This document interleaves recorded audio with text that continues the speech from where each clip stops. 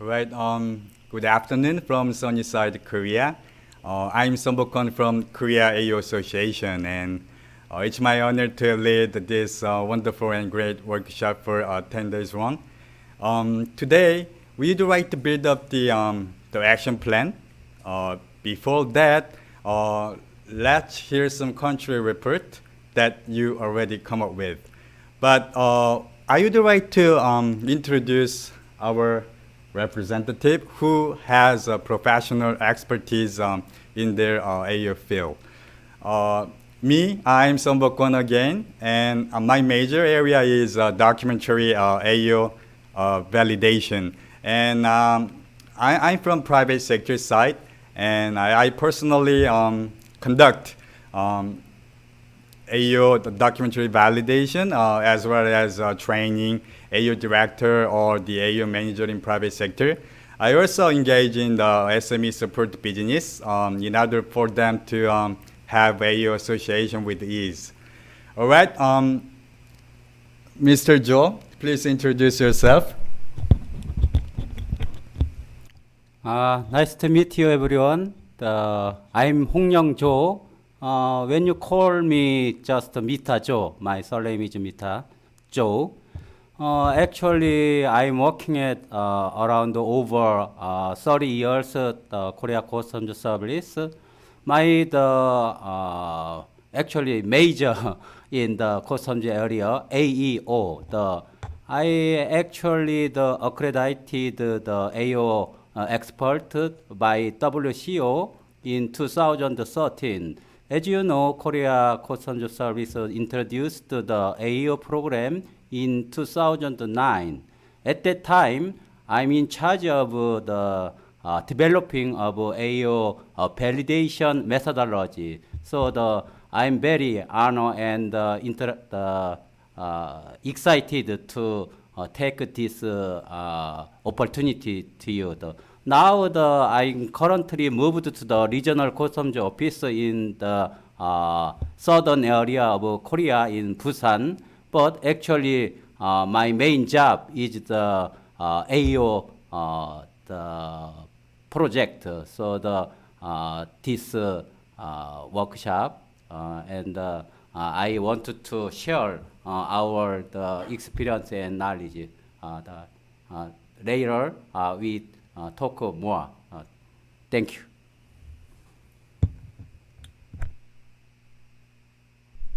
All right, next, Mr. Lee, the floor is yours.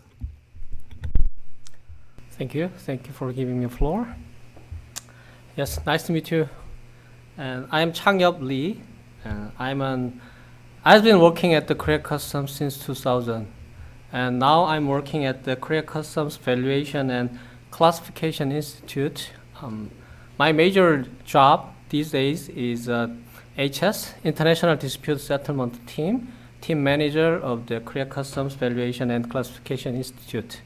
Previously, I worked at the AO part for 2 years regarding AO field line auditing team manager. And I'm also the WCO accredited officer, technical and operational advisor in the WCO regarding timely study area.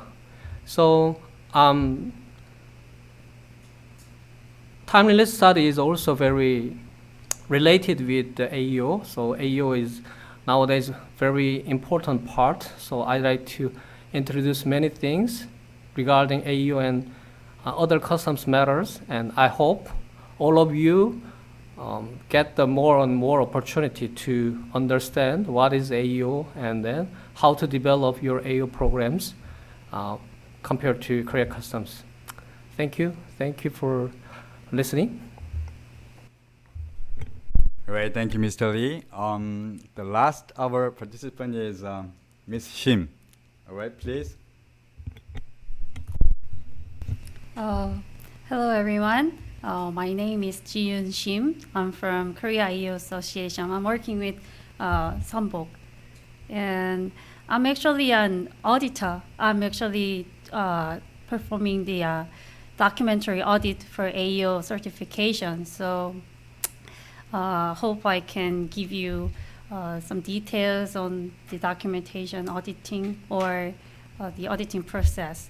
And since our association is designated for the auditing process and then the training courses for AEO companies and post management, so I can give you some the details for that. So hope you have great and useful time in this workshop. And okay, and we will talk later. Thank you. All right, thank you very much. As you heard all the introduction from our AU experts, we prepared a lot to give a lot of thought and a lot of the help or assistance to build your AU scheme very concrete and excisely. Now, we would like to hear your country report that you have prepared, and let's talk about some hurdle or your preparation first. Then we will have a discussion section later on. And from now, for the clarity or the accuracy of a conversation, we have brought our interpreter in this floor. So please keep that in mind. We will do some interpretation since now. Okay.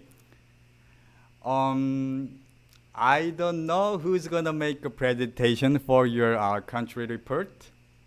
If someone is ready, the floor is yours.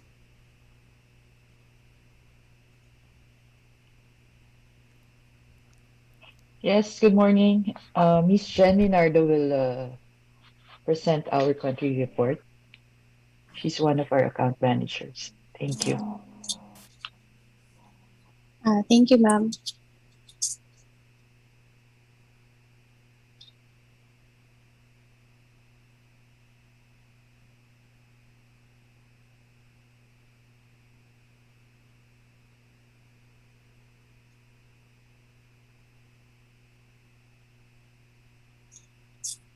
So good morning, everyone.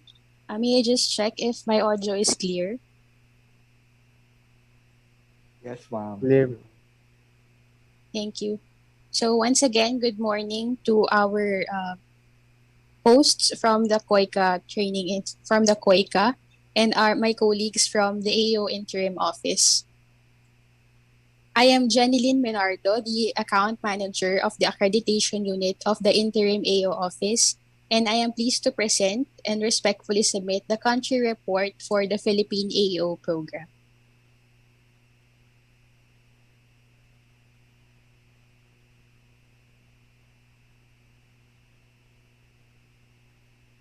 In implementing the Philippine Authorized Economic Operator Program, a draft AEO design framework will be provided to the AEO team for review and approval by November 2022, incorporating therein the finalized AEO operations manual.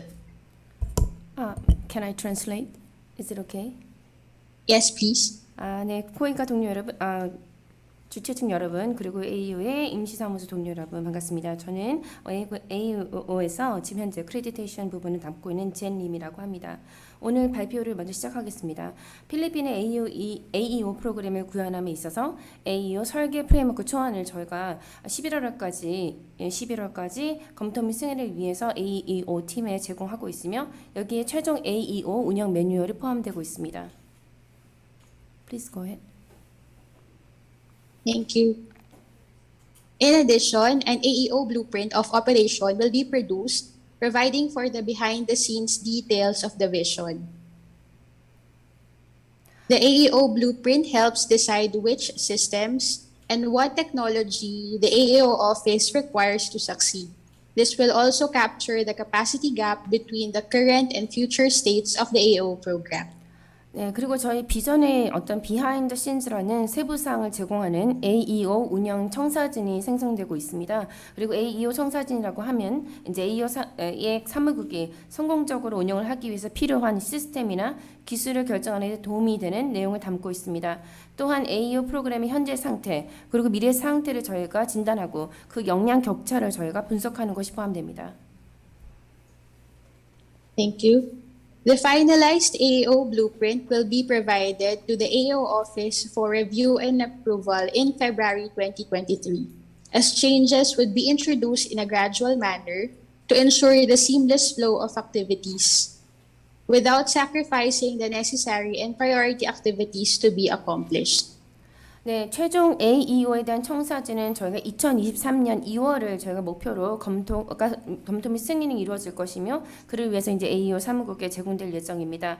해당 내용에 대해서는 일단 우리가 우선순위 활동이 있는데, 그런 우선순위 활동을 저희 하지 않으면서도 저희가 원활하게 이러한 AEO의 어떤 진행 사항의 흐름을 보장하기 위해서 여러 가지 변경 사항도 점진적으로 저희가 추가하고 도입할 예정입니다. Thank you. We would likewise wish to note that this AO framework was drafted in coordination and with the assistance of the EU Arise project, who is helping the AO Philippines improve its implementation. 네, 그리고 지금 보시는 것처럼 저희의 AEO 프레임워크나 그 관련된 구현 과정은 저희 필리핀의 또 관세 당국과 여러 관련된 당국의 지원을 통해서 현재 작성이 되고 있습니다. Thank you. Next slide, please. Thank you. To continue, in December 2019, the AO Philippines was launched and the interim AO office was established. The membership to the Philippine AO program is composed of 3 levels with corresponding levels of benefits. 네, 저희 2019년 12월에 저희 AEO 필리핀이라는 사무국이 출범을 했고요. 그와 함께 저희 이 AEO 사무소가 설립이 되었습니다. 저희 필리핀 AEO 프로그램의 회원 자격은 3단계로 구성되어 있으며, 그 단계별로 수준에 맞는 혜택을 저희가 보장하고 있습니다. Level 1 for the initial accreditation, Level 2 for validation of security measures and supply chain security practices of Level 1 members. 네, 일단 레벨 1 같은 경우는 초기 인증을 위한 레벨이 되겠고요. 그리고 레벨 2 같은 경우에는 보안 조치를 포함한 레벨 1 회원에 해당되는 공급망 보안 관행 검증을 보여주고 있습니다. Although the criteria for Level 3 are yet to be determined, the Bureau envisions that members to be accredited for Level 3 are AEOs that pioneer best practices exceeding the requirements of Level 1 and Level 2 members. 저희 레벨 3에 대한 기준은 아직까지 결정되진 않았습니다. 하지만 저희 사무국에서는 레벨 3에 대해서는 일단 레벨 1, 레벨 2 회원의 요구사항을 초과하는 어떤 모범 사례를 이미 개척한 그런 AEO를 저희가 레벨 3에 해당된다고 생각합니다.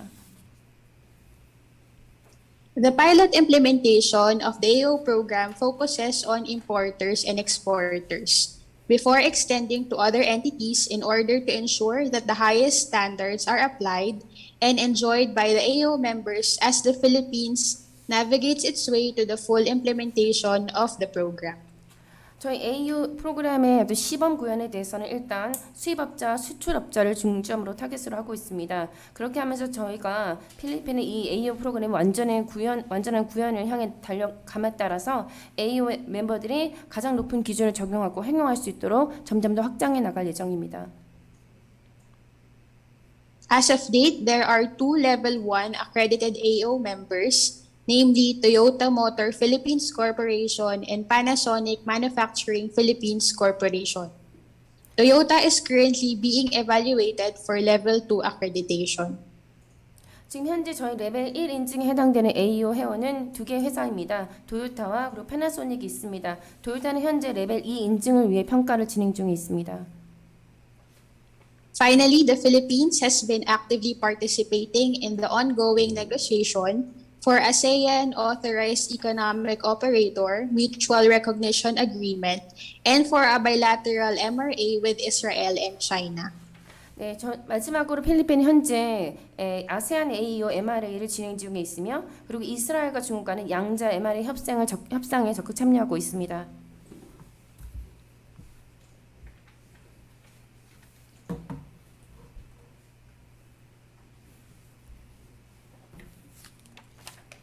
The interim AEO office was established under the supervision of the Deputy Commissioner for Assessment and Operations Group. It is composed of 3 groups, namely the Accreditation Unit, the Post-Validation Unit, and Mutual Recognition and Statistical Unit.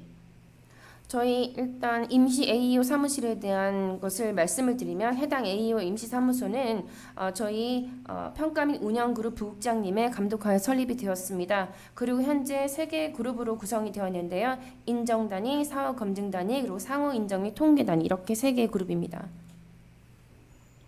The interim AEO office was created under Customs Memorandum Order 9-2020, and personnels are designated through Customs Special Order 30-2020 and 80-2022. 저희 임시 AEO 사무소는 저희 커스텀 메모랜덤 오더 CMO 9-2020에 의해서 설립이 되었고 또 해당 AEO 사무소에서 근무하는 인력의 경우에는 CSO 30-2020, 80-2020-22에 따라서 또한 위촉이 되었습니다. Currently, the AEO office is composed of 27 personnel as of August 2022. 네, 2022년 현재 기준으로 저희 사무소에서 근무 인력은 27명입니다.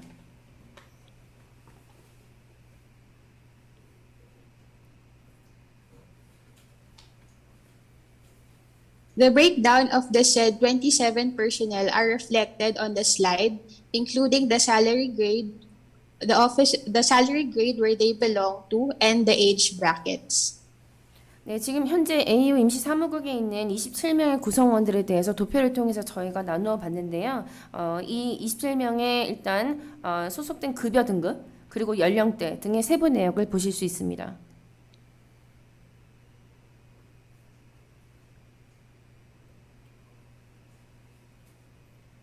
Shown is the budget allocation of the AEO office vis-a-vis the budget allocation of the entire Bureau of Customs. 지금 보시는 것은 전체 관세청의 예산 할당에 대비했을 때 저희 AEO 사무소에 얼마나 예산이 할당되어 있는지 볼 수 있는데요. It be may well to note that the budget for 2022 is significantly higher than the budget allocations in 2021 and 2023 due to the needed funding for the construction of the AEO office. 네, 일단 2022년의 예산은 AEO의 사무국의 어떤 설립을 필요한 자금이 필요했기 때문에 2021년과 2023년 예산 할당보다 좀 더 높다는 점을 유의해 주시기 바랍니다. Further, we are expecting that the bulk of the negotiations, inspections, and other activities will be conducted in 2022 as border restriction eases. 예, 저희는 앞으로 이제 국경의 어떤 제한이 좀 완화되면서 2022년에 뭐 협상이나 검사나 기타 여러 세관 활동이 좀 왕성해질 것으로 기대를 하고 있습니다.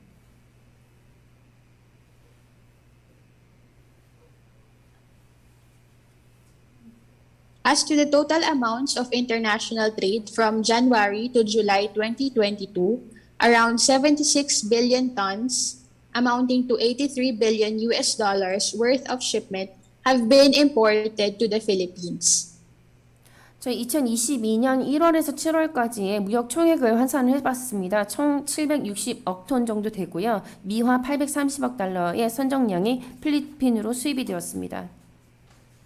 On the other hand, around 40 billion tons, amounting to $13 billion have been exported from the country. 네, 그리고 약 400억 톤, 약 미화 130억 달러가 또 필리핀으로부터 해외로 수출이 되었습니다. Out of these numbers, Toyota Motor Philippines Corporation has imported almost $2 billion and exported around $11 million worth of shipment. 이 중에서 토요타 자동차 필리핀 법인이 거의 20억 달러를 수입하고 약 1,100만 달러 상당의 선적을 수출했습니다. While for Panasonic Manufacturing Corporation, around $24 million worth of importation and $104,000 worth of exportation have been made. 그리고 파나소닉의 필리핀 제조 법인의 경우에는 2,400만 달러를 상당을 수입을 하고 10만 4천 달러 정도 수출을 했습니다. To note, these two companies have only been accredited this year, 2022. Thus, their impact as to the trade environment in the country may only be assessed after enough data has been gathered. 네, 참고로 이 도요타와 또 파나소닉 같은 경우는 올해 인증을 받았기 때문에 이들이 인증으로 인한 어떤 무역 환경의 영향이라는 것은 충분한 데이터가 수집된 후에 평가가 가능할 것입니다.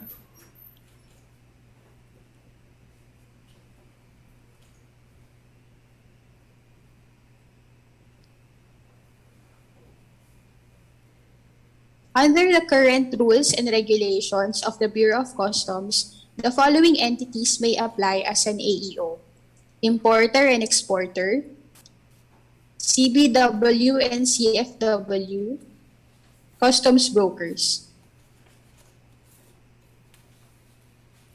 네, 저희 세관의 현행 규칙과 규정에 따라서 AEO를 신청할 수 있는 업자들을 저희가 분류를 했는데요. 수입자, 수출업자, 그리고 CBW, CFW, 그리고 관세사가 되겠습니다. To continue, we also have freight forwarders and international freight forwarders with offices in the Philippines, shipping lines or airlines and their agents, and authorized agent banks. 네, 그리고 필리핀에 본사를 두고 사무실이 있는 화물 운송업자, 그리고 국제화물 운송업자, 그리고 선박회사, 그리고 항공사 등이 있겠습니다.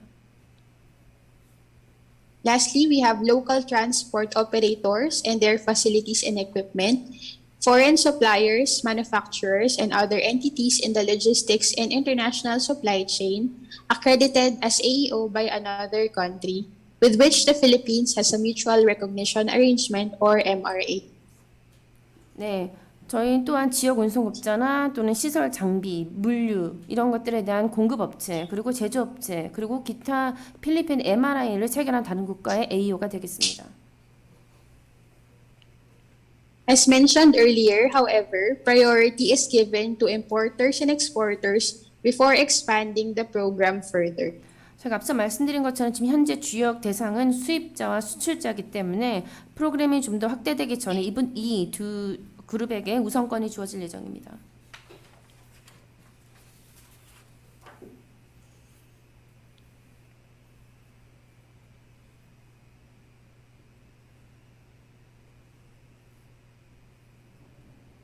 Shown in the slide is the overview of the AEO accreditation process.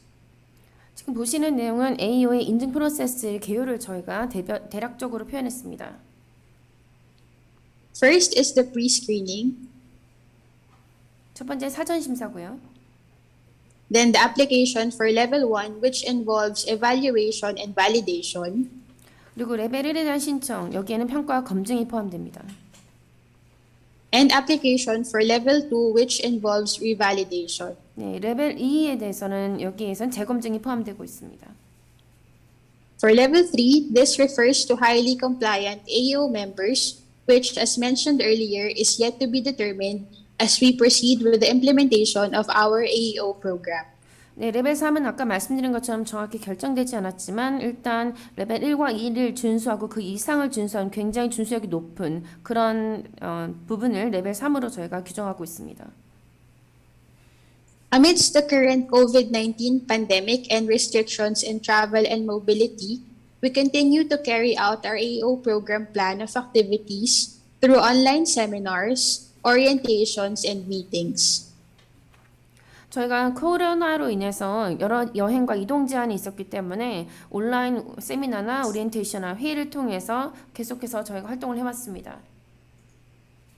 We are currently assisting and reviewing pre-screening applications of interested multinational companies in the Philippines. 현재는 필리핀에 관심 있는 다국적 기업의 사전 심사 신청을 저희가 보고 또 검토를 하고 있습니다.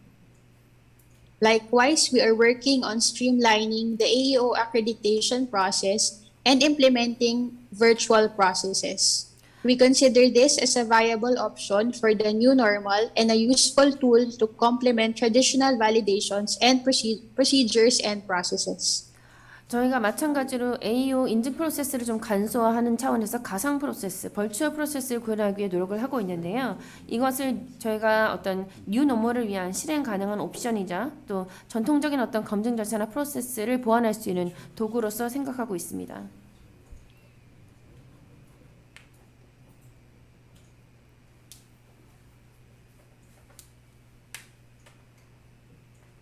In evaluating the readiness and compliance of an aspiring member of the AO program, the following criteria flashed on the screen are being utilized and are considered acceptable standards for their accreditation. 일단 AO의 신청 회원의 준비 상태와 준수 상태를 평가할 때 저희가 다음에 지금 화면에 보시는 기준을 저희가 활용하고 있고요. 이것은 승인을 하기 위한 어떤 수용 가능한 표준이다라고 저희가 간주하고 있습니다.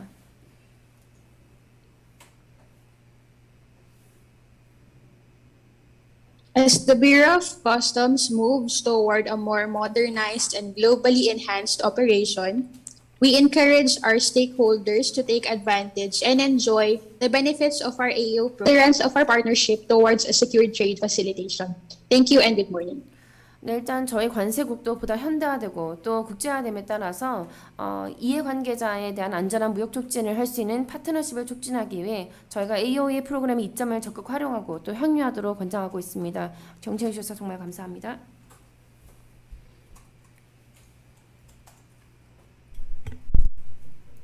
네, 발표자분 감사드립니다. Thank you very much for your presentation. 저희가 이제 다음 시간부터 한 10여일 동안 액션 플랜을 이제 도출을 하고 또 액션 플랜을 도출을 하기 위해서는 좀 구체적이면서 좀 현실 가능하고 실질적으로 이제 AO 제도가 성공적으로 도입, 운영 확산돼야 될 필요가 있지 않습니까? So, from the next session up to for the 10 days, we need to have a certain action plans that is they should be designed for the successful and practicable and specific introduction operation and successful the conclusion of the AEO program of Philippines. 그러기 위해서는 저희 협회와 이제 관세청 전문가분들이 궁금한 사항들이 조금 많을 것 같습니다. 우리 그 발표해 주신 내용에 대해서요. So to make that happen, I believe that there will be a lot of questions from the Korea AO Association and also the experts from the Korea Customs Service. 저희가 그래서 본격적으로 의제 관련해서 논의를 하기에 앞서서 저희 전문가분들께서 슬라이드 기준으로 질문을 몇 가지씩 조금 하고 그 부분에 대해서 조금 얘기하는 시간을 가질까 합니다. So before we come up with the action plan, our experts are asking questions regarding the presentation slides by each slide. 네, 우선 슬라이드 2번에 대해서 질의하실 분이 있으신가요? So do we have any person to ask questions for slide number 2? 네.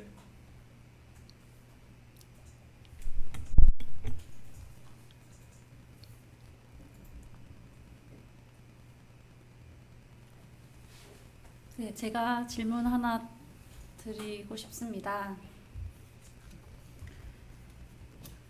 우선 발표 너무 잘 들었고요. So I'll ask question and thank you for your wonderful presentation once again. 네. 지금 보시는 슬라이드에서 중에 그 AO Operations 매뉴얼을 이제 준비를 하셨다고 잘 전해 들었는데 이 매뉴얼은 어떤 제도 운영적인 측면에서의 매뉴얼인지 궁금합니다. 그리고 그 매뉴얼에는 디테일한 심사 기법의 내용도 포함되어 있는지 궁금합니다. 그리고 만약에 포함되어 있지 않다면 심사 기법에 대한 매뉴얼, 그러니까 밸리데이터를 위한 매뉴얼도 계획하고 계신지 궁금합니다. So in this slide, you mentioned that you are finalizing and preparing the AEO operations manual. I'd like to know more about this AEO operations, whether it includes the validation tools and then methods. So if that is not, are you going to come up with a validation instructions or method separately?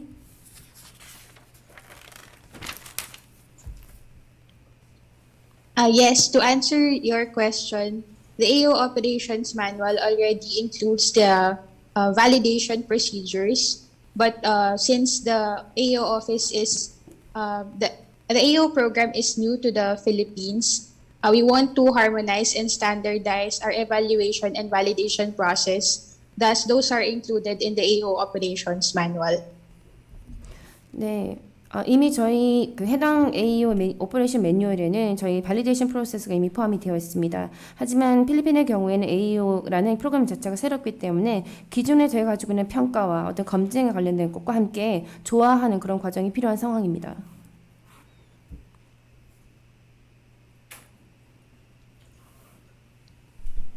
제가 하나 질문 드리겠습니다. 여기 아세안 MRA가 있는데 저희 한국은 이런 그 연합된 동맹국의 멤버가 아니기 때문에 아세안 MRA가 어떻게 작동하는지 되게 궁금합니다. 혹시 아세안 MRA가 뭐 얼마나 많은 회원국이 지금 현재 MRA를 통해서 MRA를 맺고 있는지 아니면 아세안 MRA가 잘 작동하고 있는지에 대한 어떤 정보가 있으면 좀 공유해 주시면 고맙겠습니다. In the presentation slide number 3, you mentioned that you are actively participating in ongoing negotiation for ASEAN Authorized Economic Operation Manual Recognition Agreement (MRA). So Korea is not a membership in ASEAN, so we don't know how it is working. So first question is that how many countries are now participating in this ongoing negotiation for ASEAN MRA, and also how MRA is working.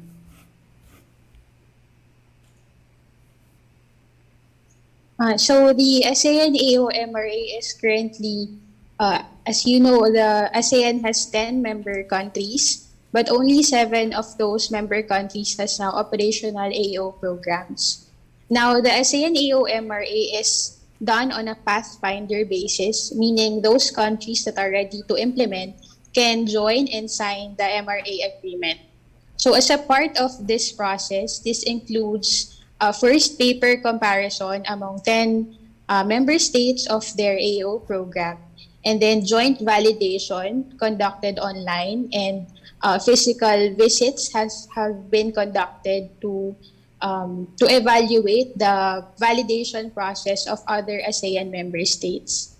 So once the countries agree and they signify their readiness to implement, then the ASEAN member states can now formally sign the MRA text to implement the MRA benefits for those participating countries.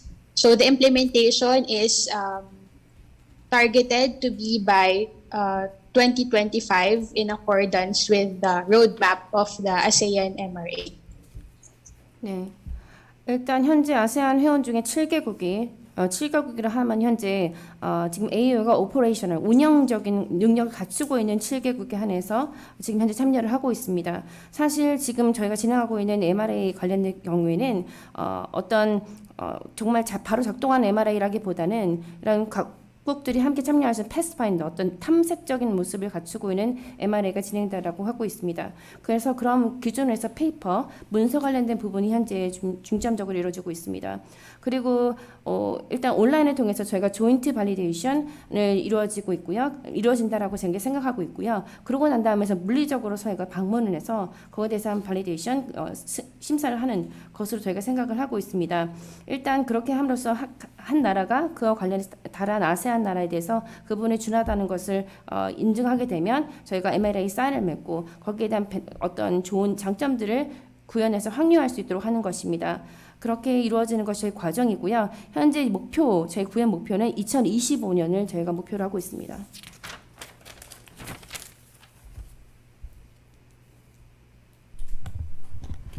예, 굉장히 좀 AO 제도를 지금 임시적으로 조직도 가져오고 지금 상당히 많이 준비를 하셨는데 그 발표하신 내용 보면은 2023년 2월에 청사진을 승인을 받는 걸로 돼 있는데 그러면은 승인을 해주는 주체가 이제 필리핀 관세청인 건지 그리고 그 승인된 이후에 어떤 그 국회라든지 아니면 더 상위 부처의 그 정부기관에 어떤 보고를 함으로써 그 이후에 어떤 절차가 있는 것인지 그 블루프린트에 대한 승인된 이후에 어떤 계획이 어떤 것인지 그거가 좀 궁금합니다. So according to presentation slide number 2, you mentioned the finalized AEO blueprint will be provided to the AEO office for review and approval in February 2023. So my question is, who is going to give approval for this blueprint? And also, what about the the approval process after then? Whether you have to report this to your Congress or other high-level government agency or authorities to kind of proceed with to make a progress in the AUA programs. Yes, the blueprint, as I mentioned, was drafted in coordination with the EU Arise Plus project. So this is a donor organization that is helping the AO Philippines. The approval of that blueprint will be at the level of the AO office, meaning only within the Bureau of Customs, and it need not to be elevated to the Congress. Just the Customs Administration will approve and implement. So once the AO office approves the blueprint, the monitoring, it can now be implemented by the AO office, and likewise, the monitoring of which and any progress would be reported to the Commissioner of Customs. 네. 일단 저희 관련된 이 블루프린트 청사진 같은 경우에는 저희 AU 오피스 자체적으로 이제 준비된 그런 어떤 초안이라고 볼 수 있습니다. 그렇기 때문에 해당 관련해서는 저희 관세국에 해당에서만 이제 승인을 받고 그 안에서 모든 과정이 이루어지는 것입니다. 그리고 아까 말씀드린 것처럼 최종은 역시 관세국장 최고의 부분이 관세의 그 담당 청장님께서 승인하시는 것으로 되었기 때문에 그 이상의 하이 레벨로 진행되거나 그런 것은 없습니다. 네, 그 슬라이드 2 미턴 플랜 필리핀 세관의 미턴 플랜 관련해 가지고 질의응답 시간을 가졌었습니다. 미턴 네네. So we was supposed to we have a discussion time for the return plan in the slide number 2. 그 슬라이드 3 관련해서 질의응답 시간을 갖기 전에 우선은 지금 심사 관련한 내용이랑 그 다음에 MRA 이행 관련 내용을 주로 이제 질의응답 시간을 가졌는데요. So we normally discuss about the validation and MRA. WCO의 AO Validator 가이드라인과 가이드북과 그 다음에 MRA 임플레멘테이션 가이드북이 있습니다. So 이 부분도 이제 필리핀 세관에서 표준화 방향을 이제 만드셨을 때 참고해 주시면은 좋을 것 같습니다.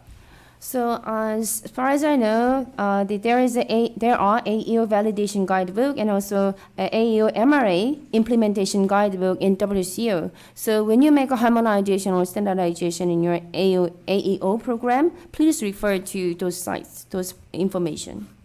네, 그럼 지금부터 슬라이드 3 관련해 가지고 질의응답 시간을 갖도록 하겠습니다. So now we're going to have a Q&A for slide number 3.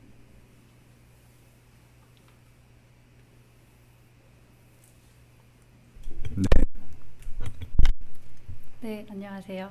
저는 사실 질문은 아니고 한 가지 슬라이드 3에서 언급됐던 내용에 대해서 한국의 경험을 같이 나누고 싶습니다. Me again, and I would like it was not a question. Rather, I would like to share the experiences in Korea related to slide number 3.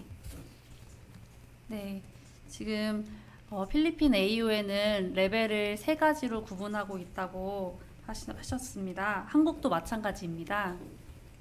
So, AU Philippines have a level 3. It's the same for Korea. 네, 한국에서는 이제 뭐 비슷하겠지만 그 레벨 세 개를 나누는 기준이 있는데 그 기본적으로는 법규 준수도 점수라고 하는 한국 관세청에서 그 신고 정확성을 점수로 매기는 것을 가장 기본으로 하고 있습니다. We also have a similar kind of criteria or standards for this, but basically, we put highest priority of the compliance. Among that, there's a reporting accuracy is the one that we put highest priority in terms of a score points for giving the level. 네, 그래서 그 컴플라이언스 스코어라고 하는 그 점수 외에도 트리플 A 가장 높은 레벨 3에는 더 특정한 기준을 전제로 하고 있는데요. 그건 바로 첫 번째는 어떤 AU 운영에 대한 우수 사례를 보유하였는지, 그리고 또는 중소기업에 대한 지원을 하였는지를 한국에서는 보고 있습니다. So we have the criteria that is a compliance score, and also for the AAA, that is a level 3. We kind of apply very important the criteria 3, the prerequisition we really want to apply for authorizing or certifying the level 3. First one is that whether this AEO candidate has the excellence, the best practices in AEO operation. And also second is that whether this candidate AEO has a kind of precedence or experience to support the SMEs. 네, 그리고 그 밖에 AEO 심의위원회에서 이제 레벨 3를 결정할 때 우대 사항으로 고려하는 요소가 이제 그 세관 행정의 그 세관 신고 정확성을 더 제고하기 위해서 그 행정에 적극적으로 참여하는지, 예를 들어서 수입 물품 과세 가격 결정 시에 관세청하고 사전에 검토를 하였는지, 원산지 인증에 있어서 검증받은 수출자인지 이런 것들을 검토하기도 하고, 또는 거래 업체가 얼마나 AU 업체로 구성이 돼 있는지, AU 업체의 비율이 얼마나 높은지 이런 것들을 보기도 합니다. And also our deliberation committee is looking at the as a kind of preferential treatment. We look at the elements like that, reporting accuracy, whether this the AEO candidate is actively supporting our customs office's administrative procedure. For example, when the importer, when there has the kind of tax, customs tax, the evaluation, whether they have a kind of pre-review with the customs officer, and also whether this is the validated and authorized exporter in terms of a country of origin when they export their items, when they have a kind of accredited or authorized exporter in related to the country of origin. And also whether they have a lot of suppliers and vendors who are already accredited and certified AEOs. 네, 그래서 한국에 지금 기준을 만드시는 물론 많이 만드셨겠지만 기준이 준비 중이라고 해서 한국의 경험을 같이 이야기해 보았습니다. So I understand that you prepare a lot, but since for the level 3 you are still not determining, so that's why we are sharing what would be the criteria for level 3. 네. 예, Yes, thank you. AO 도입과 관련해서 한 두 가지 질문만 하나 드릴게요. 첫 번째로 지금 2019년 12월에 AO를 도입했는데 제가 알기로는 법규 준수도 프로그램이라는 제도가 슈퍼 그린 레인이라고 그 필리핀에서 운영한 것으로 알고 있거든요. 그러면 이 AO를 도입함으로써 이 기존의 법규 준수도 프로그램은 어떻게 지금 같이 운영하는 것인지, 아니면 이 AO 제도로 슈퍼그린 레인이라고 하는 이 법규 준수도 프로그램이 좀 변형을 해서 좀 업그레이드 돼서 가져온 것인지, 먼저 그것에 대해서 좀 궁금합니다. In regarding to the AEO introduction, I have two questions. First of all, the Philippines already adopted the AEO program, in December 2019. So my question is regarding compliance. The Philippines already have a super green lane related to the compliance, but with the introduction of AEO, how you're going to run this differently, whether you maintain the super green lane and or you can upgrade or make a certain harmonize the super green lane with the AEO program.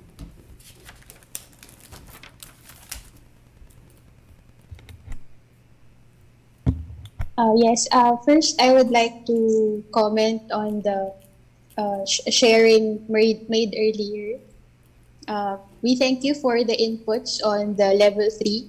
We surely need further information on how compliance scoring is done.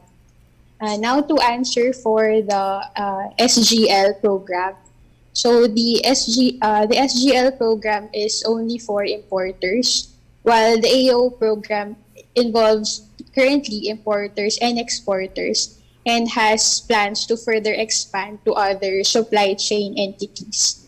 Now, in terms of implementation, currently we plan to have to retain the SGL program while its members are not yet upgraded to AEO. Initially, we wanted that SGL members would be automatically accredited as an AEO, but we would like to highlight that the AEO program has high criteria on security, which the current SGL program does not evaluate. So that would be the main difference in terms of SGL program and AEO. For AEO, it focuses on security and has more wide actors in the supply chain and is also internationally accepted. Unlike SGL, that although trade facilitation benefits is given to importers, the program is only limited to the Philippines. 네. 일단 앞서 말씀해 주신 한국 기준에 대해서 공유해 주신 부분에 정말로 감사를 드리고요. 저희가 좀 더 추가적으로 앞으로 이 레벨 3에 대한 것을 기준을 정할 때 그 컴플라이언스 스코어에 대한 부분을 좀 더 분명히 많은 도움을 얻고 그에 대해서 정보를 얻고 싶습니다. 자, 이제 SGL에 대해서 말씀을 주셨는데요. 현재 저희가 운영하고 있는 SGL은 오로지 수입업자에게만 적용이 되는 겁니다. 하지만 AEO 프로그램은 수출, 수입업자에 모두 적용되는 걸로 알고 있고요. 추가적으로 공급망에 대한 엔티티에게도 확대되는 걸로 알고 있습니다. 그래서 저희가 원래 이 이행 계획을 세울 때는 일단 지금 현재로는 SGM을 현재 유지할 것이고요. 이걸 AEO로 업그레이드라 하진 않습니다. 초기에는 SGL에 해당되는 그 인증 기업들이 자동으로 AEO로 이제 가지게 될 것을 계획을 했었습니다만 AEO와 SGL은 완전히 다른 부분이 일단 AEO는 높은 보안 이런 부분을 강조하고 있는데 저희가 SGL을 현재 정할 때는 그 보안 부분을 기준으로 설정하고 있지 않습니다. 그렇기 때문에 AEO가 추가적으로 보안 부분도 지금 저희 SG에서 하지 않고 추가적인 공급망 확대 부분, 국제적인 부분도 많이 적용이 되지 않기 때문에 현행 저희가 운영하고 있는 SG는 오로지 무역 촉진에 의해서 국내 필리핀에만 적용하는 것으로 지금 하고 있습니다. 예, 답변 감사하고요. 두 번째 질문 드리겠습니다. 지금 레벨 1이 2개 업체가 지금 인증된 걸로 제가 설명을 들었는데요. 그러면 이 2개 업체가 인증을 받기 위해서 이 업체가 이제 AO 제도가 도입됨으로써 자발적으로 이렇게 신청을 한 것인지 아니면 필리핀 관세청에서 무역 규모라든지 뭐 여러 가지 협력도 등을 고려를 해서 좀 업체한테 권유를 해가지고 같이 좀 협력한다는 차원에서 이 2개 업체가 신청한 것인지 그것을 좀 알고 싶습니다. So thank you for your explanation. Let me ask second question. So in your presentation, there are two the companies already have a level 1. So I'd like to ask whether these two companies voluntarily apply for the AEO. or whether the Bureau of Customs made a certain recommendation to these companies in terms of a size of trade volume and also in terms of a corporation level. So in terms of a cooperation and collaboration, the Customs Authority, Bureau of Customs, made a recommendation to companies, or they just voluntarily applied for this AO program.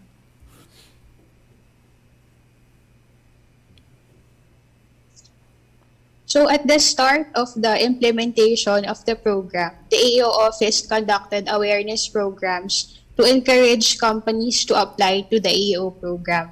The 2 accredited companies are actually members of the Super Green Lane program, which we encourage to apply. But in terms of application, the companies applied voluntarily, and their accreditation was selected based on their compliance to the criteria of the program. 네, 일단 초기에 저희가 프로그램을 구현, 임플리멘테이션 하는 데 있어서 사실 저희가 어웨어네스 프로그램에서 계몽 활동 내지는 인식 제고 활동을 좀 많이 했습니다. 그러면서 많은 기업들이 AO에 좀 신청할 수 있도록 많이 종용하고 촉진한 것도 있습니다만 이 2개 회사는 이미 저희 SGL의 프로그램에 하에 있는 회원 기업이고요. 그리고 이들 기업은 자발적으로 해당되는 컴플라이언스 영역에 있어서 본인이 그 영역을 선택해서 신청을 한 겁니다.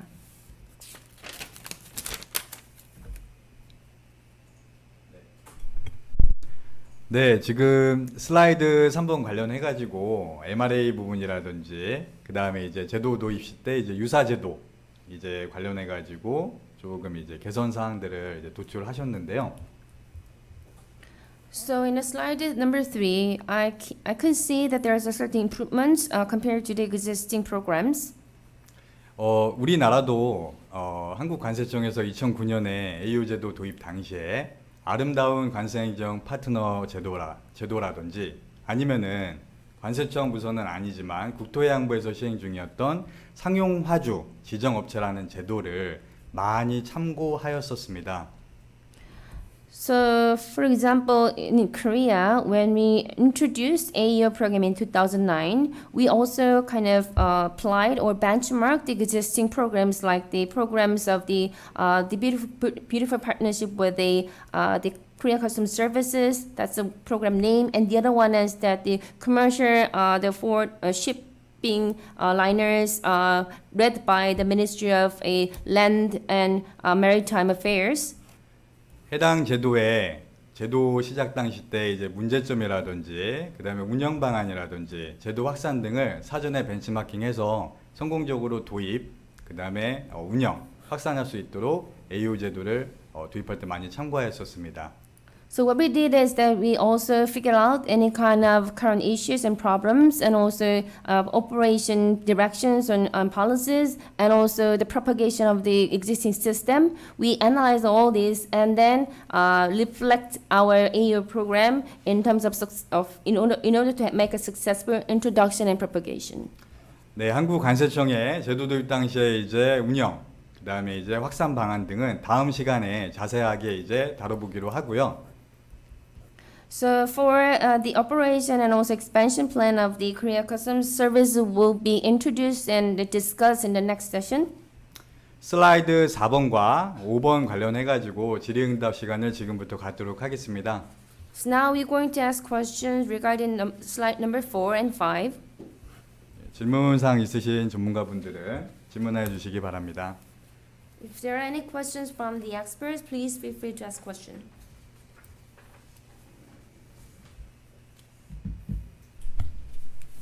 그럼 제가 먼저 질문을 드리겠습니다. 지금 설명해 주신 거를 보면은 그 AO 오피스가 있고 그다음에 3개 이 조직이 27명이 근무하는 것으로 되어 있는데요.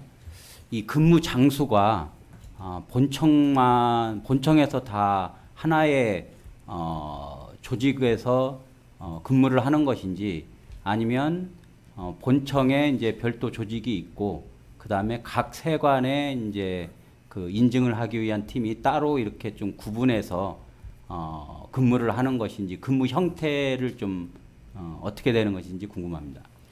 Let me ask a question regarding AEO office. You have three different groups. So you have also 27 personnel under your the office. So my question is an actual kind of way of working of these people. Whether all these 27 people are working in the AEO office under the Bureau of Customs. I mean physically, or do we have the personnel in the office of interim AU office under the Bureau of Customs, and other people in the working level are dispatched to each the customs for the accreditation or authorization? Yes, thank you for that question. I would like to direct you to my colleague, Mr. Christian Tibo, to answer. Sir Christian, thank you. Yes, good morning, everyone. As for the personnel under the interim EO office, considering that the office is just an interim office, all the personnel assigned therein are in a concurrent capacity with the other offices that they have as well. So, besides their assignment at the interim AEO office, they are also assigned in the respective offices as well. Thank you. 일단 제 동료 크리스틴이 관련된 인력에 대한 부분을 얘기할 텐데요. 지금 인터넷 오피스에서 근무하신 분들은 각기 저희 임시 사무소에서 AO 관련된 업무도 행정을 받았지만 기존의 업무도 행정을 같이 하는 그런 사무소에서 이렇게 일을 중첩해서 근무를 하고 계십니다.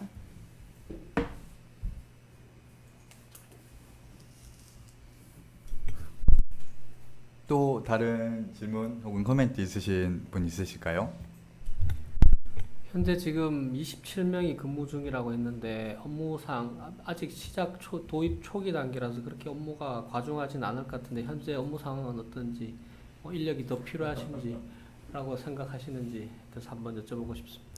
My question is about kind of the burden or the workload of this the 27 personnel. Still, you are the initial stage of the AU program, so I don't think there will be much workload regarding the AU process. So, just share the kind of workload of this 27 personnel.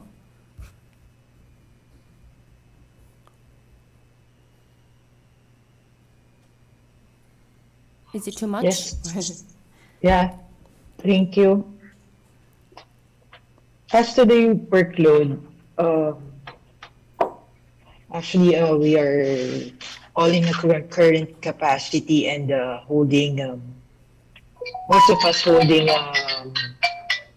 heavy workload. Like for me, example, I'm the chief of the AEO, but also the acting director of the legal service. So what we do, despite the limited resources that we have and the workload that we currently have, we assign all aspects of the operations of AEO among ourselves, even up to the assigning of answering queries in the emails. We have scheduled the list.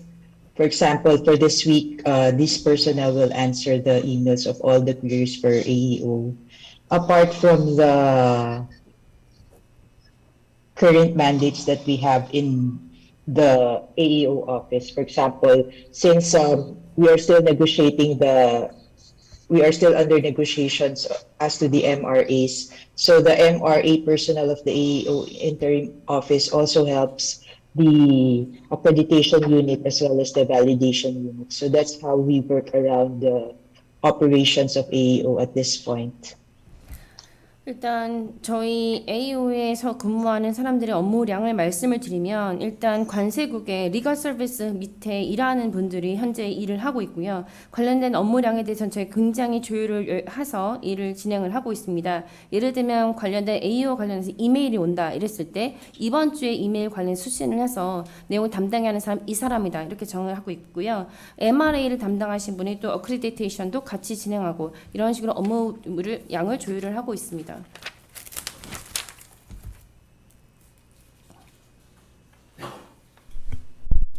네, 제가 질문이 하나 있는데요. 지금 조직 구성을 보니까 어크레디테이션 유닛과 포스트 베리데이션 유닛은 심사 관련한 이제 부서인 것 같고, 그다음 뮤추얼 레코그니션 앤 스태티스티컬 유닛 같은 경우에는 제도 홍보라든지 확산 관련한 부서인 것 같은데, AO 인증을 획득한 기업 입장에서는 AO에 대한 이제 사후 관리에 대한 대가로 혜택 부분을 요구를 하고 있습니다. 혹시 기업을 지원하기 위한 이제 부서 혹은 유닛은 따로 없을까요? So when I look at your organization, makeup, you have a accreditation and post-validation. Those are related to the accreditation, and the other one is a mutual recognition. I believe that is for the kind of expansion of the AEO program in activities like the promotion. But as far as I understand, the companies who obtain the certification after they really want to enjoy more benefits from the AEO program. So do you have any plan to set up the function which will be in charge of those kind of benefits management or benefits the related benefits for the also certified AEO?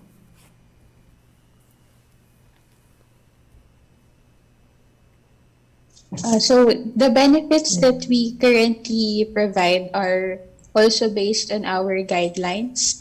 The benefits that we would further get if we enter into an MRA with other countries would also need to be issued formally through a guidelines. Attorney Yas, if you would have addition. 일단 저희가 말하는 Yes. 일단 AEO를 획득한 기업에 대한 베네핏이라고 하면 저희가 기존에 가지고 있는 가이드라인에 준한 그런 베네핏만 저희가 가지고 공유하도록 되어 있고요. 만약에 저희가 MRA를 다른 국가들과 많이 맺어서 확산이 될 경우에 그에 따른 베네핏을 또 얻게 될 텐데요. 관련해서 이 내용을 좀 더 얘기하실 다른 동료분이 있는지 여쭤보고 있습니다.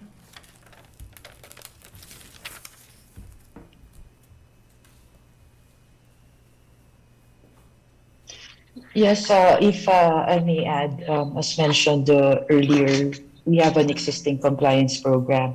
So the benefits provided for level 1 AEOs has always been a challenge for us to invite and accredit, especially our SGL members. So we are hoping that a workshop like this, especially with your Customs Administration, has been experienced in the implementation of AEO, could help us in determining the benefits we can provide for our EEOs. We are hoping also that since we are in the process of accrediting Toyota as level 2, the other SGL members would be encouraged to apply since we will be providing different benefits for them which are not provided as an SGL member. Thank you. 네, 아까도 말씀드린 것처럼 저희가 기존에 가지고 있는 가이드라인의 기준을 하여서 이점들을 제공을 하고 있습니다. 근데 현재 지금 저희가 레벨 1에 해당되는 기업이 2기업밖에 없기 때문에 지금 기존의 SGL의 회원들, 그 관계사들에게 좀 더 이 AEO를 인증할 것에 대해서 많이 초대를 하고 있고, 그런 초대를 하거나 종용하는 차원에서 좀 약간 도전을 좀 갖고 있습니다. 저희 바라는 바에 따르면 이번 워크숍을 통해서 저희 SGL의 기존 회원들이 좀 AEO에 많이 참가할 수 있도록 도와주시면 좋겠고요. 특히나 저희 도요타 같은 경우에는 레벨 2를 진행하고 있기 때문에 저희가 좀 레벨 2 그 이상을 진행했을 때 어떤 좋은 점이 있다, 장점들이 있다라는 것에 대해서 워크숍을 통해서 좀 더 많이 저희가 기준을 할 수 있다라면 다른 SGL 회원들에게도 많이 이 AEO에 참여할 수 있도록 독려하는 데 많은 도움이 될 것 같습니다. 네, 말씀 감사합니다. 우선 한국 AEO 제도 하에서는 AEO 업체들이 많은 혜택을 누리고 있는데요. 직접적인 혜택으로는 우리나라 이제 고시에도 명시되어 있지만 수입 통관상의 혜택이라든지 이런 직접적인 혜택도 있습니다. So our Korean AEO system, under our AEO system, Korean AEOs are enjoying lots of benefits. There are direct benefits and indirect benefits. Those are already published in our notification. But first of all, directly they enjoyed a lot of benefits in the import and export clearances. 또 다른 간접적인 혜택으로는 일선 세관에서 어카운트 매니저라는 세관 공무원분들이 관련 AO 업체한테 1대1 전담 지원을 하는 구조가 있습니다. And the other direct benefits that we can provide to AEO is that in our customs offices, there is a account manager who can provide a one-on-one consultation for our AEOs. 그래서 이 AM 분들이 주기적으로 법규 준수도 관련해서 점수 관리라든지 이슈 사항이 있을 때 국내외 관련한 세관 행정 관련한 이제 이슈 사항들을 사전에 좀 해결도 하고 그러한 역할을 좀 담당을 하고 있습니다. So this AM or account manager are helping our AEOs in terms of a lot of customs related administration, including the maintaining or the enhancing the compliance score in domestic and overseas the customs offices. 이러한 이제 밀착 형태의 지원이야말로 관세 행정의 파트너로서 AO 기업들이 서로 상호에게 교감하면서 AO 인증을 꾸준히 유지할 수 있는 원동력이 되지 않을까 생각이 됩니다.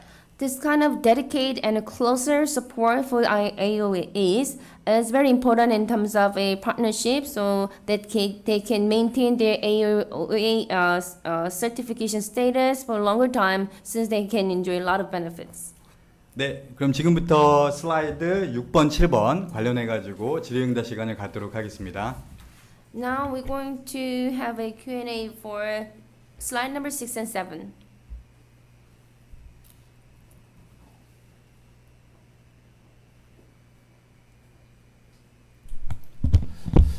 예, 예산 관련으로 보면 이제 올해 이제 그 여러 가지 이제 계획들을 세우느라고 이제 많은 예산이 좀 투입이 됐는데 2023년도에는 또 상대적으로 또 예년 그 수준의 예산이 좀 배정이 돼 있어서 우리 이제 한국의 경험을 놓고 보면 그 AO 제도가 계속 발전을 하려면 좀 예산이라든지 뭐 조직이라든지 이런 게 계속 매년 좀 커져야 되는 구조로 그렇게 진행을 해왔거든요. 이제 필리핀을 보면 2022년도에 물론 집중적으로 개발하기 위해서 많은 예산이 좀 투입이 된 건 굉장히 좀 환영할 일이지만 내년도 이후에도 좀 그렇게 계속 좀 예산이 확장될 수 있는 어떤 그런 어떤 그 계획을 세울 때 그렇게 좀 진행했으면 좋겠습니다.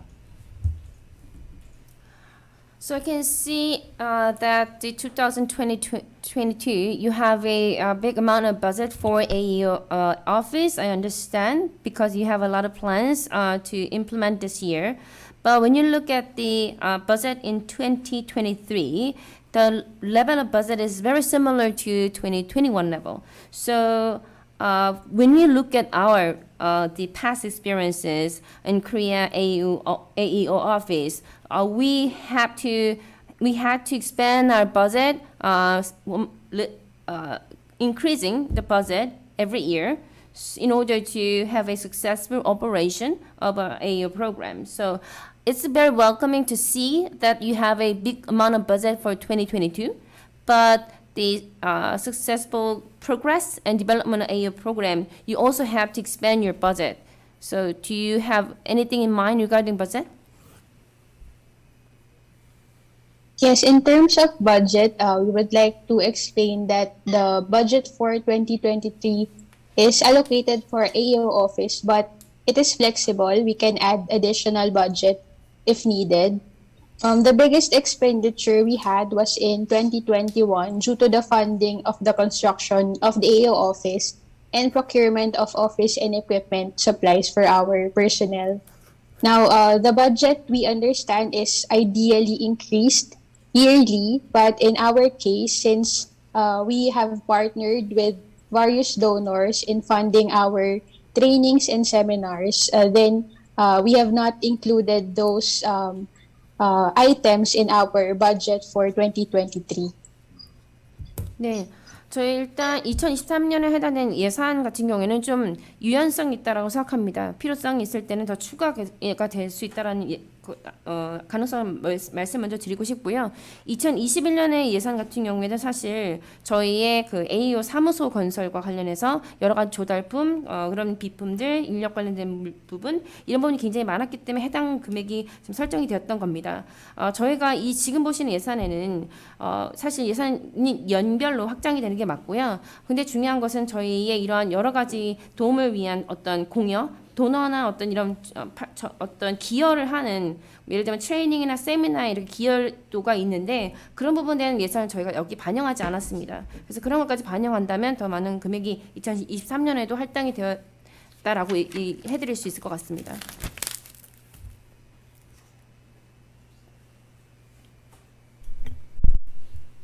네, 그 말씀 감사합니다. 지금 AO 제도 도입 시행 관련한 이제 버젯에 대해서 말씀을 나누었는데요. Thank you very much for your explanation. So we were discussing about the budget dedicated to the AEO introduction. 우리 그 조응현 전문가분께서 말씀을 하셨듯이 제도 도입 단계에서 시스템 구축과 운영 관련한 많은 이제 비용이 드는 거 맞습니다. So as Mr. Cho Hong-young indicated that in the introduction stage, there will be a lot of budget consumed for the system, the installation and also for the operation. 하지만 AO 업체가 2개에서 20개, 200개, 1000개가 되는 경우에는 이에 대한 이제 사후 관리 비용이라든지 MRA 체결을 위한 물리적인 이제 조인트 발리데이션 등등의 이제 비용이 수반이 되고요. 민간 업체 지원 관련해서 여러 가지 이제 세미나와 교육 훈련 등의 이제 비용도 필수 불가적으로 발생을 합니다. So when currently you have only 2 AEOs, but when you increase the number of AEOs to 20, 200, 1,000, you need to have a allocated budget for the post management of those AEOs. And also regarding the MLA conclusion, physically you need to do also joint validation. That requires also certain the budget.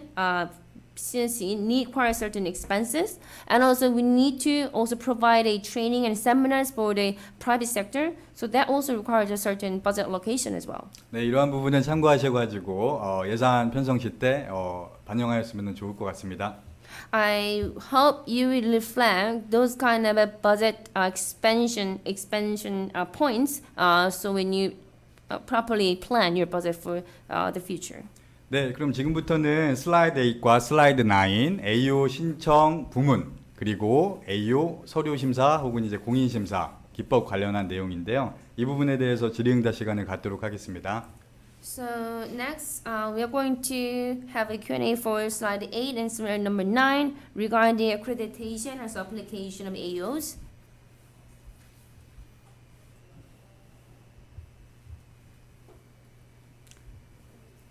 네, 그럼 제가 먼저 질문을 하나 하도록 하겠습니다. So let me ask a question.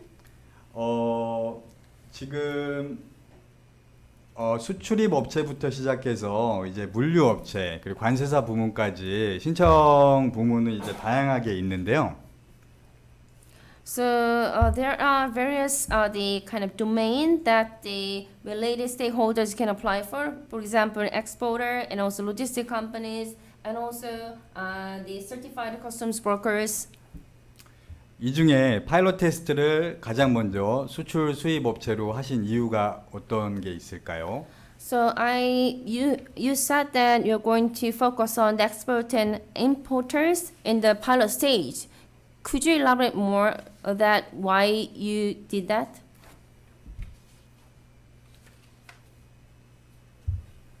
Yes, for importers, because our facilitation, the benefits that we have available are more beneficial for importers, and since they are the stakeholders that the Bureau of Customs is mostly transacting with and has direct relation, we prioritize them for accreditation. And for exporters, since the AEO has an MRA component, we deem that the exporters would have most benefits from this MRA. So that is why they were the priority entities in the pilot testing.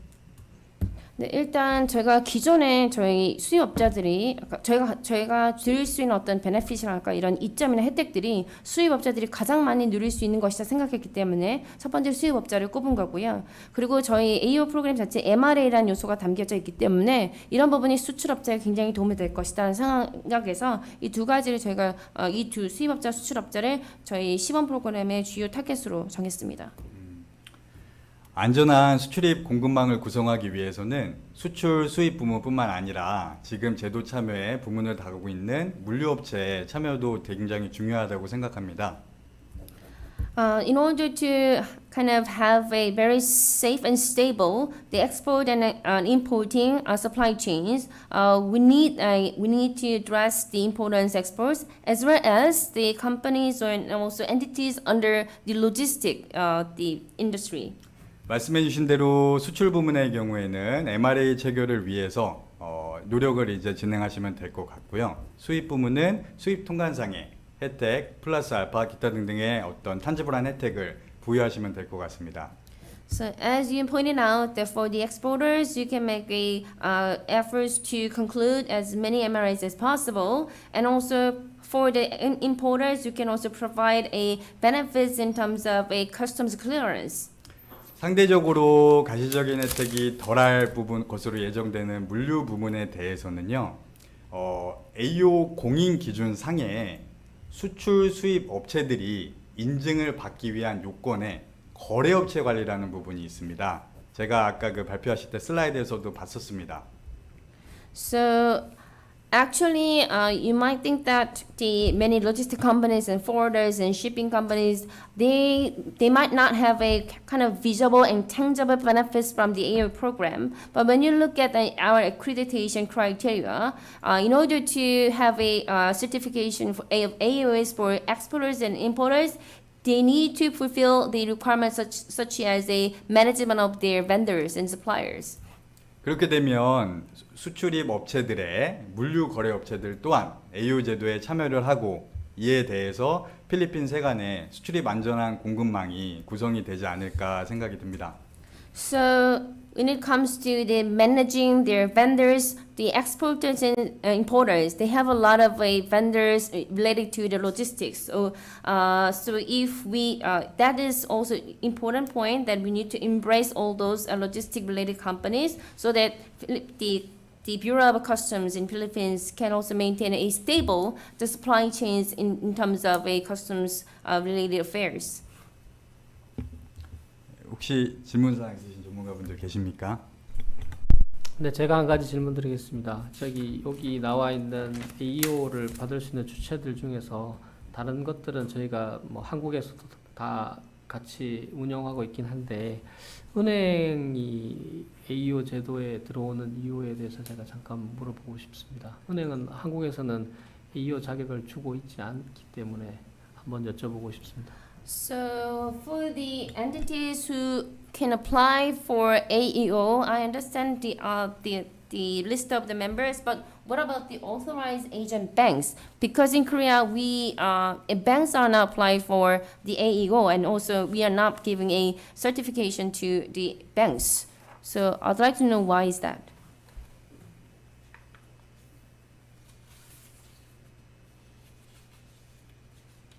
I'd like to know why you list the banks for the entities who may apply as an AEO. We noted that in other countries, the authorized agent banks are also included. So in our model, we adopted the US model. They also included entities such as the authorized agent banks. But in terms of operation, at this moment, we also don't know how exactly we could provide certification to them, but we hope to learn with the experience of other countries who is accrediting agent banks in their AEO. 일단 저희가 지금 AEO 관련해서 이 내용을 만들 때 다른 나라에 대한 배치마킹 했는데 그 중에 하나가 미국인데요. 미국이 지금 현재 그 공인된 에이전 뱅크를 현재 은행을 포함시켜 놓고 있습니다. 저희도 정확히 이 은행에 대해서 어떻게 인증을 해줘야 될지는 방법은 잘 모르겠습니다만 다른 나라와의 어떤 공유를 통해서 방법을 좀 알아갈 예정입니다.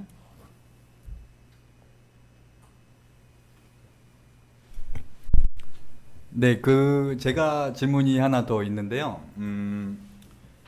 최근에 WCO에서는 급증하는 이제 전자상거래 관련한 이제 위험에 대한 인식, 그 다음에 이제 많은 물량에 대해서 AO 제도에 좀 편입을 해서 제도가 조금 활성화될 수 있도록 이제 가이드북도 마련하고요. 표준화된 방안도 마련하고, 컨퍼런스도 이제 2회 이상 WCO 차원에서 개최된 걸로 알고 있는데요.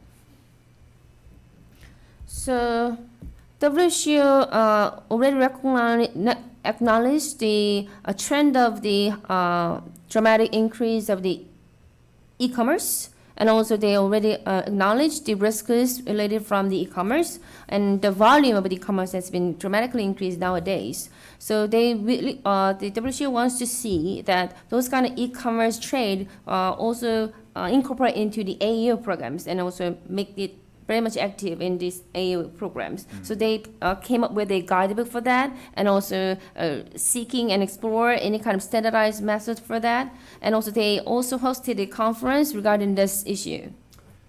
필리핀 세관에서도 AO 신청 자격 부분 관련해서 이마켓플레이스 제공업자라든지 그다음에 이제 우편물 제공업자라든지 특송업체 그다음에 이제 풀필먼트 센터 이제 뭐 보세구역을 운영하는 이제 업체라고 볼 수 있는데요. 이러한 스테이크홀더들을 AO 제도에 편입시켜갈 생각 혹은 이제 전략이 있으신지 궁금합니다. So my question is whether you are going to kind of cover any kind of e-marketplace entities, including the carriers and as express carriers, and also the bonded area operators, including fulfillment center.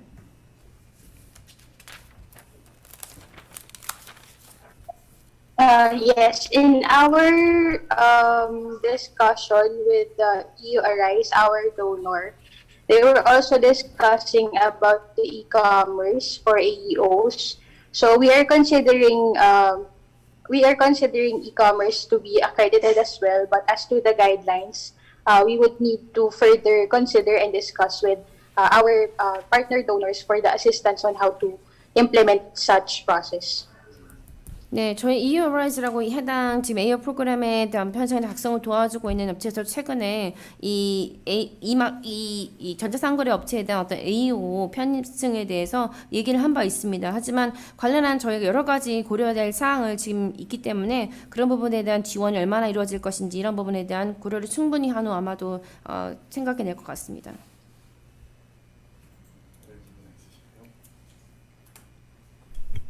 그러면 마지막으로 이제 나머지 이제 슬라이드 관련해서 질의응답 시간을 갖도록 하겠습니다. So we're going to have a Q&A for the last, the remaining slides.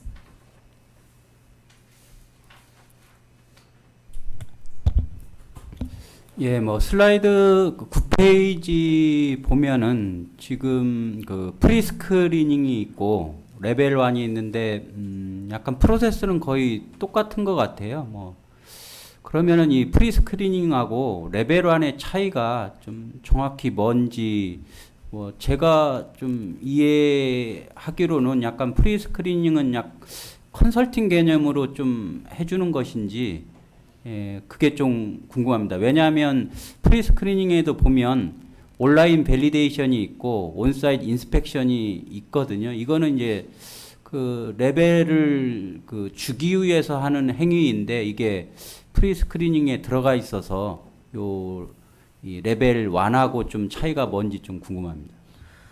So in the presentation slide number 9, I can see that the process of the each level. But when you look at the pre-screening and level 1, you can see that many things are overlapped. So in my understanding, this pre-screening might be at the consultation stage before the AEO candidate further advanced into level 1.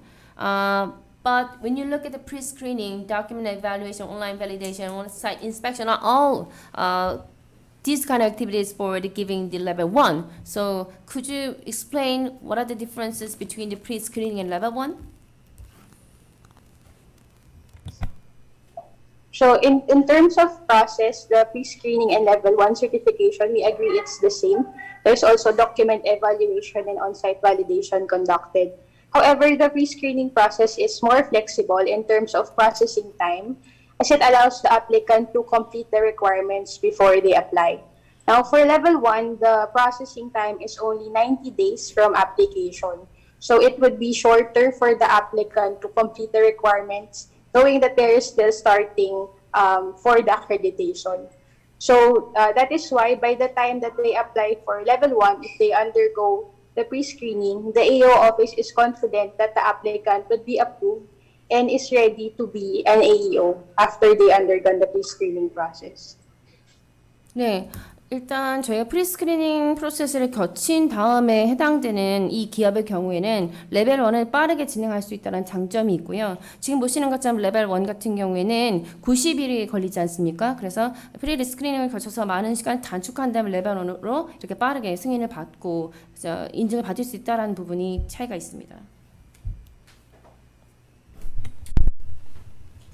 저 프리스크리닝 프로세스에 대해서 추가 질문 드리고 싶습니다.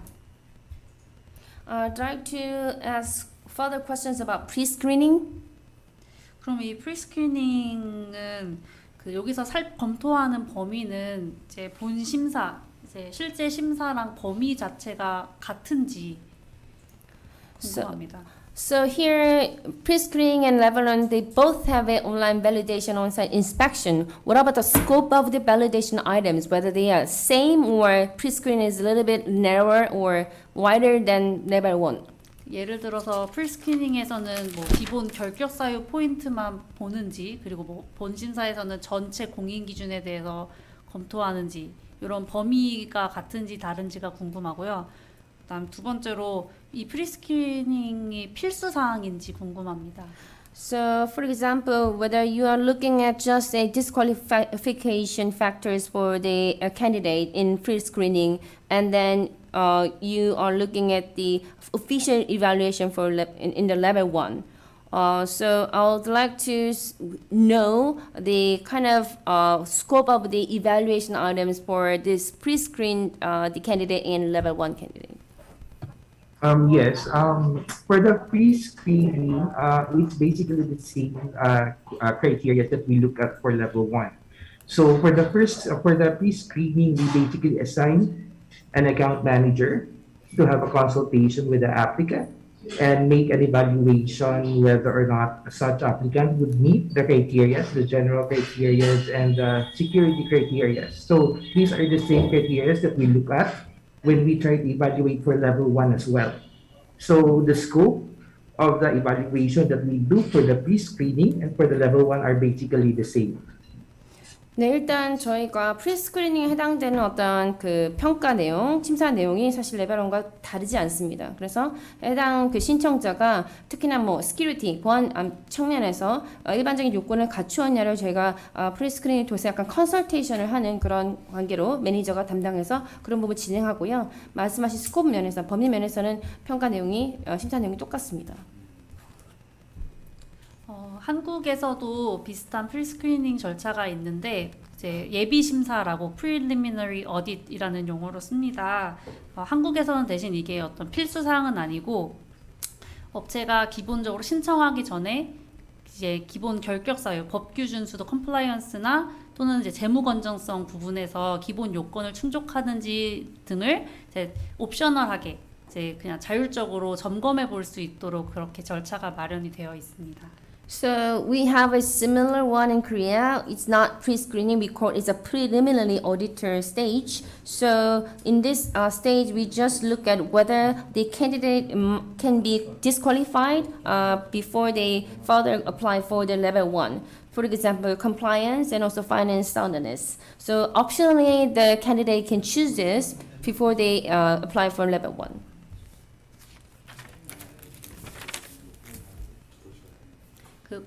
또 관련 절차에 대해서는 이제 워크숍에 있을 강의에서 또 다 설명을 드릴 것 같습니다. So this preliminary auditing stage, you will have a further information in our lecture. We already prepared this one in our content. 제가 질문 하나 드리겠습니다.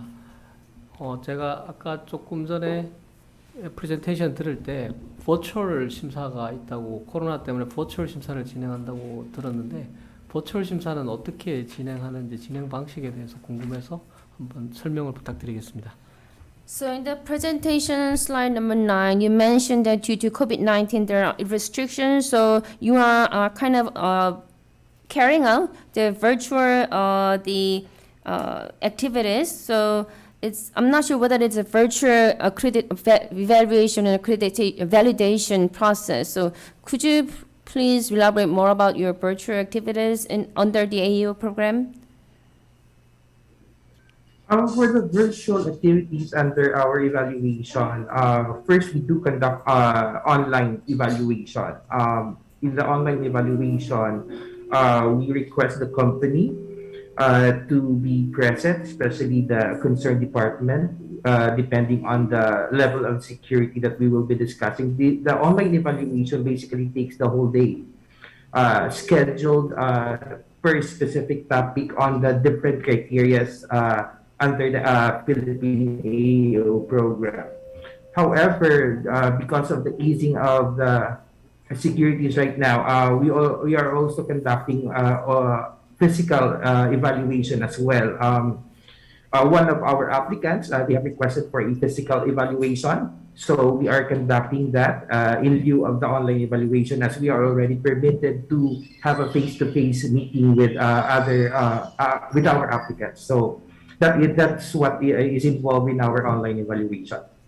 Thank you. 네, 지금 현재 저희가 하는 그 온라인, 저희가 뭐 버추얼이라고 보기보다 이제 온라인 평가라고 볼 수 있는데요. 기업들에게 그 해당 그 신청 업체들에게 실제 우리가 AEO에서 진행하는 심사와 똑같은 두플리케이트한 내용을 똑같이 저희가 온라인을 통해서 요청하고 그것들을 받는 그런 과정을 갖고 있습니다. 특히 시큐리티 부분에 있어서 그런 부분을 확실히 저희가 밟고 가는 부분이 있고요.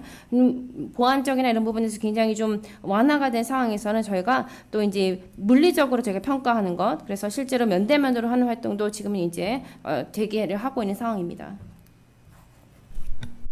저희도 코로나 시기에 버추얼 어크레디테이션 프로세스를 고민을 했었는데 다큐먼트 체크, 서류 체크를 제외하고는 실제로 온필드 체크는 사실 AEO 심사에 있어서 버추얼 심사는 되게 힘든 것 같습니다. 그래서 코로나가 확산되고 있음에도 불구하고 모든 피지컬 심사들은, 서류 심사를 제외한 부분들은 한국은 다 버추얼 심사 대신에 피지컬 심사를 했었습니다. 앞으로 코로나가 점점 줄어드는 시기이기 때문에 AEO 심사는 가급적 서류 심사를 제외하고는 버추얼 심사보다는 온필드 리뷰를 하는 게 맞을 것 같습니다. 이상입니다. So we were thinking about the virtual accreditation process when the COVID-19 was really severe. So, but the problem is that it is difficult to carry out other than the document checking. So AEO requires the certain activity which should be done on site. So with the subsiding of the COVID-19, we are now doing the physical activities. Even in the peak of the COVID-19, we carried out the physical accreditation process. Only the documentation was done through the online. So now we are kind of resume all the physical activities for AEO companies, but due to the nature of the AEO, we think that it is only option to carry out the on-site the accreditation process. Yes, thank you. Just to respond to that, even during the height of the COVID pandemic, even if we do online validation, we do physical evaluation as well. On our two accredited companies, we did both online and physical evaluation, of course, following strict COVID protocols, such as having ourselves tested first before going to the facilities of the applicant. Thank you. 네, 저희도 코로나가 굉장히 절정에 달했을 때 온라인으로 하는 것뿐만 아니라 물리적인 어떤 심사도 같이 병행해서 진행했습니다. 대신에 물리적 심사를 진행할 때는 코로나 검역을 확실히 저희가 마치고 그 검역 하에서 진행을 했었습니다. 네, 우선 빨리 코로나가 종식이 됐으면 좋겠습니다. 제가 이제 크게 이 섹션 관련해서 질문이 두 개가 있는데요. 두 개의 업체가 레벨 1 어크레디테이션을 이제 하였는데 실질적으로 심사를 수검받고 심사하는 기간이 우선 첫 번째로 궁금하고요. 두 번째로는 곧 레벨 2 어크레디테이션 관련해서 이제 뭐 심사를 수검받거나 다른 어떤 행정 절차가 있을 것 같은데 그때도 동일하게 다큐먼트 이밸루에이션부터 온라인 밸리데이션까지 진행하실 계획인지 이상입니다. So my question is about this the companies who carried out already at the level 1. So two companies already obtained a level 1, and how long does it take? How long did it take for them to fulfill all the requirements and become a level 1? That's the first question. And also, I understand there is one company who are undergoing the level 2. So how are you going to carry out this the evaluation process for this company? You are going to do the documentation and online process. It's the same way that you did for the level 1?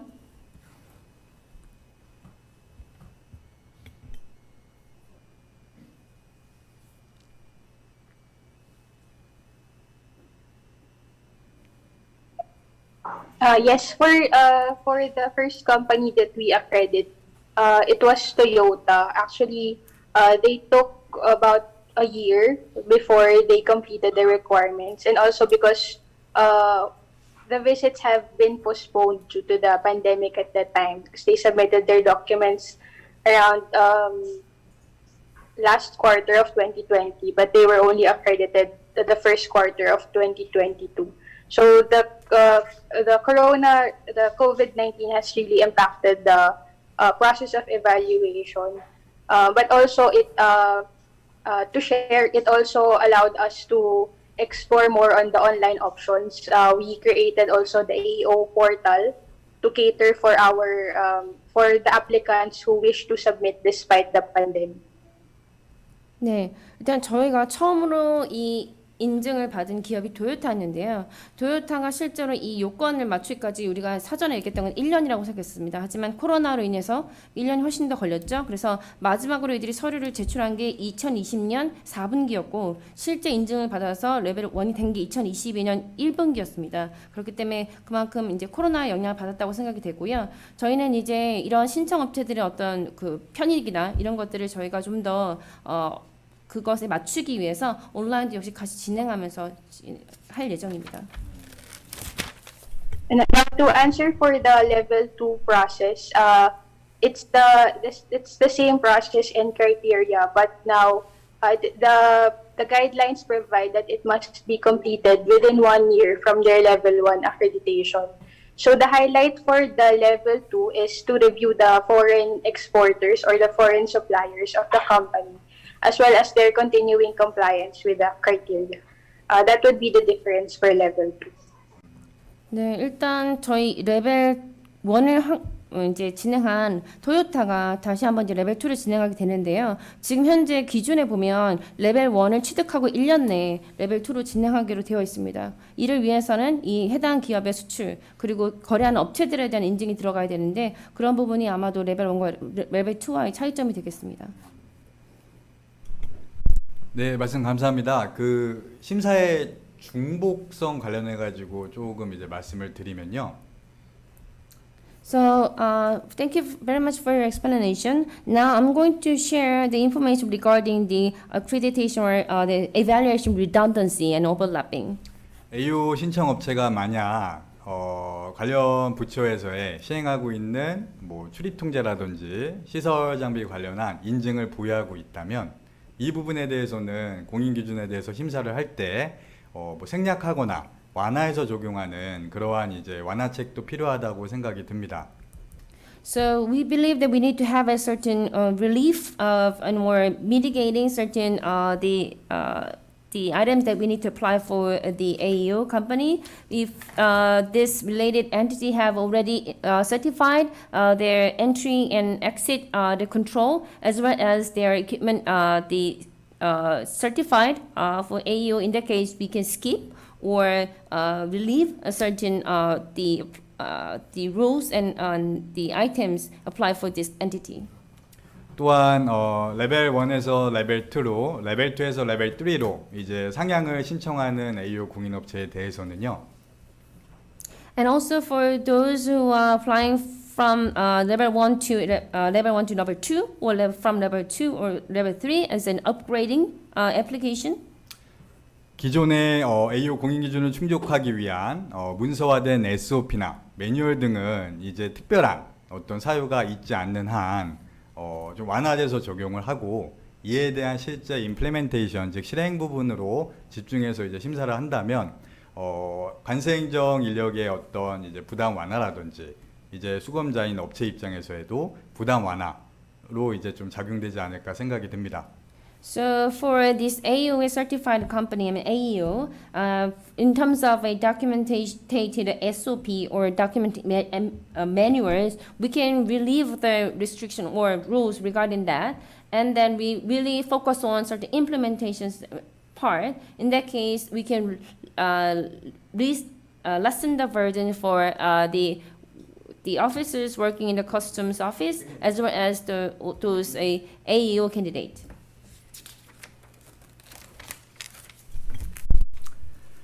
네, 저희가 약 1시간 40여 분 정도 동안 이제 소중한 이제 발표 내용도 듣고요. 이에 대한 질의응답, 그리고 간단한 이제 코멘트를 이제 듣는 시간을 가졌습니다. So for the past 1 hour and 40 minutes, we are able to listen to your precious presentation, and also we have a Q&A session and also comments from the experts. 네, 잠시 쉬는 시간을 가졌다가 다음 세션 이제 1시간 한 20여 분 후인가요? 이때부터 진행하도록 하겠습니다. So now I would like to take a break for about 1 hour and 20 minutes, and then we can go to the next session. Thank you. Thank you. Thank you.